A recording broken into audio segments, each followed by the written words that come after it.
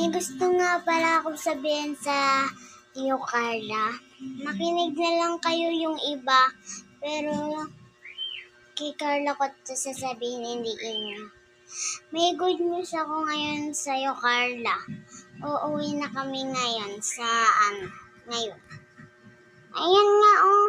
Papakita ko sa iyo gamit namin. Ayan, Carla. Ayan, oh, nandito yung mga damit.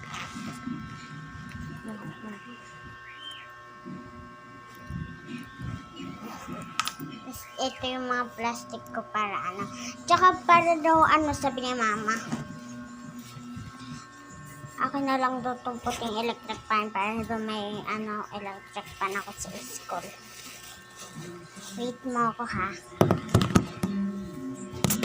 Wait lang, guys.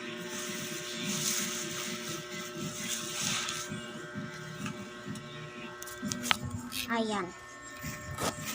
Tsaka mga ipit. Mamaya ko na sa'yo papakita sa Bulacan. So, makita mo na. Uuwi na kami. Kaya, maging masaya ka na. Baka naman hindi mo na pansinin.